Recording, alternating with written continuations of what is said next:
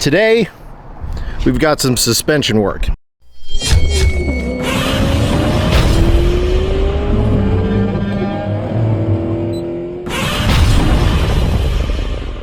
Alright, so this is what we're dealing with today. First of all, shout out to RV6. Thank you so much for the hookup. We got some suspension parts here, more stuff from them coming in the near future, but we're starting off with, let's see what we got in this box. Aha! So these are the rear camber arms. I'm not going to take those out. That's got some weight to it. Interesting, they give you tools with it as well. There you go, rear camber arms. And then we've got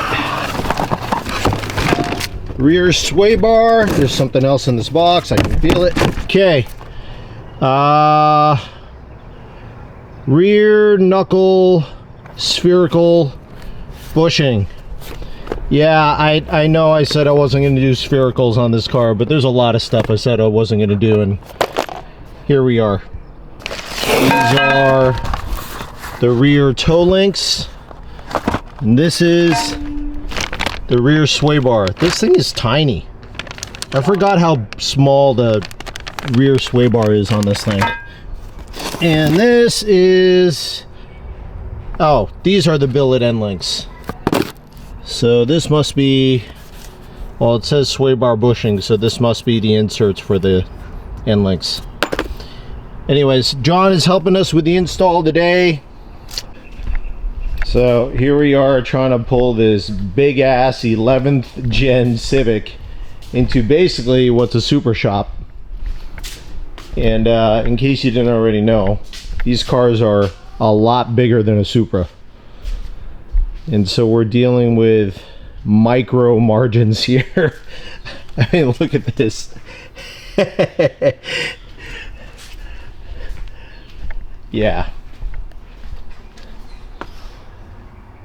Yeah, tiny gaps. All right, so here's a better look at everything.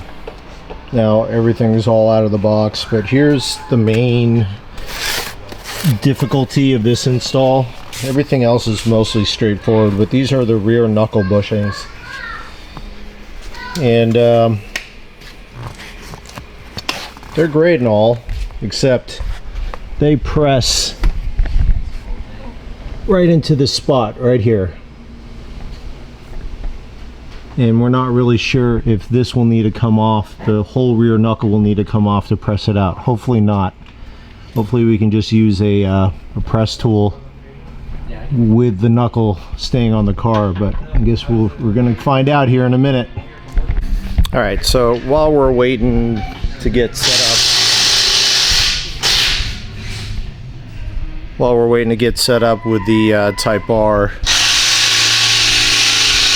give you guys a quick shot at the status for the Supra.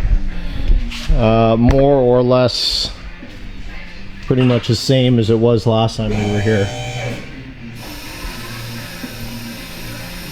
Yep. So that's for the charge pipe. Still pretty much in pieces. Still waiting on suspension. Still. Same company that we're waiting for the coilovers for on the FL5. And here's the current state of Rich's car. Do you have what? You just have like why is his car? There's still stuff constantly being developed. And it's an ongoing process, and it just isn't done yet. And we got our big race, 25-hour of Thunder Hill, which will be done in Rich's Supra. If Rich's Supra gets to the point where it's all the way ready for that race, that means my car should be all the way ready, because we're waiting for a lot of the same parts. So anyways, we're gonna get the Type R on the lift. I'll show you guys more underneath once we get it up in the air. All right, well, after much searching and delegation, we've discovered that this requires a special tool to get this bearing out. So at least it requires a special tool to get it out sitting uninstalled on the car, the bearing, the hub itself. So it can be done, although this is still an odd size. We do have it in the shop, but the whole hub has to come out because it has to go on the full-size press. Kind of sucky, extra work, but it is what it is. So those of you thinking about doing this job yourself, don't. Just don't do it, or just know that you're probably going to have the whole hub removed, and it's just a lot of extra work.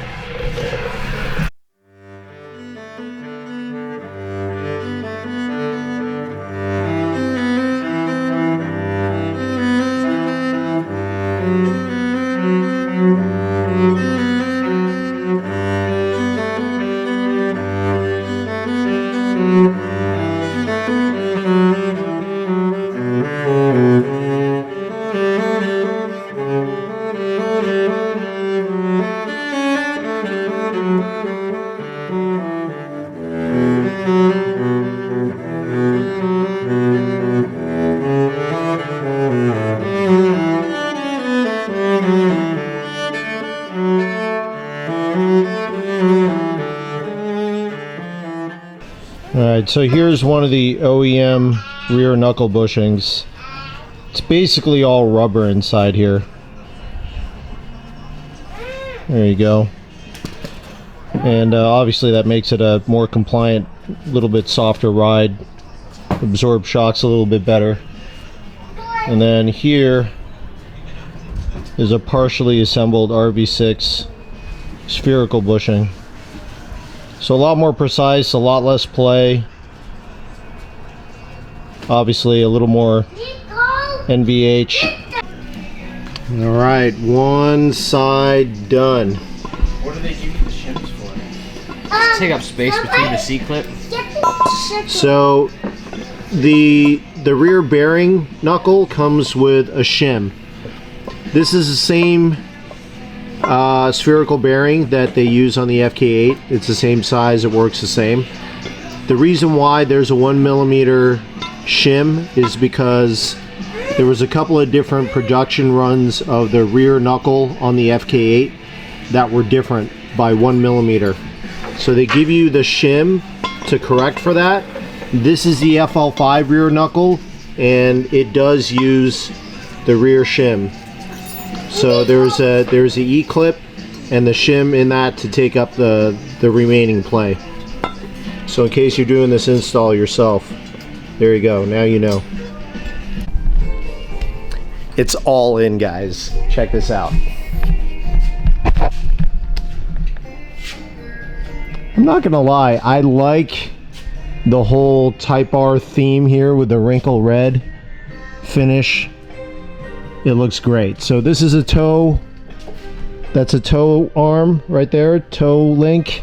This is a camber arm, rear camber arm, and then of course a rear sway bar with the billet toe links right there, or sorry, the billet end links.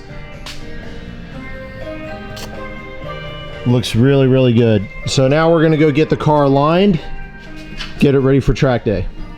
So we're a couple of days after all the RV6 stuff has been installed, and what I can say is, holy moly, it's completely transformed the way this car handles, which really says something, because this car handled like it was on rails before any of the RV6 stuff, but it was very noticeable that in low and medium speed turns, the car just sticks. Any little bit of understeer that was there is absolutely gone. You definitely feel like you could carry a much higher speed in lower and medium turns than I could before all of that. And that makes sense because everything we did pretty much stiffened up the rear of the car. We put the sway bar settings in the middle, not the softest setting and not the stiffest setting, just to kind of get an idea for what it will feel like. And not sure yet, but on high speed turns we may need to dial it back down to soft. Not sure yet, because I haven't really had an opportunity to do what I consider a high-speed turn. So you'll see in the video, as this is my normal drive to work. There's an exit, a freeway exit that I affectionately call Elton's Alley. If you guys know some of the same people I do, you'll know why I call it that. But shout out to Elton. It kind of reminds me of a mini version of Eau Rouge. If you guys are Formula One fans, or if you race in a simulator, you might know what I'm talking about. Let me know in the comments below if you know what that's a reference to. Big bonus points if you do. One thing I also wanted to mention is, with all the RV6 upgrades in the rear, I was a bit concerned that it was gonna stiffen up and harshen up the ride, because that's definitely what happened in my FK8 when I had similar mods on that car, especially with the spherical bearing.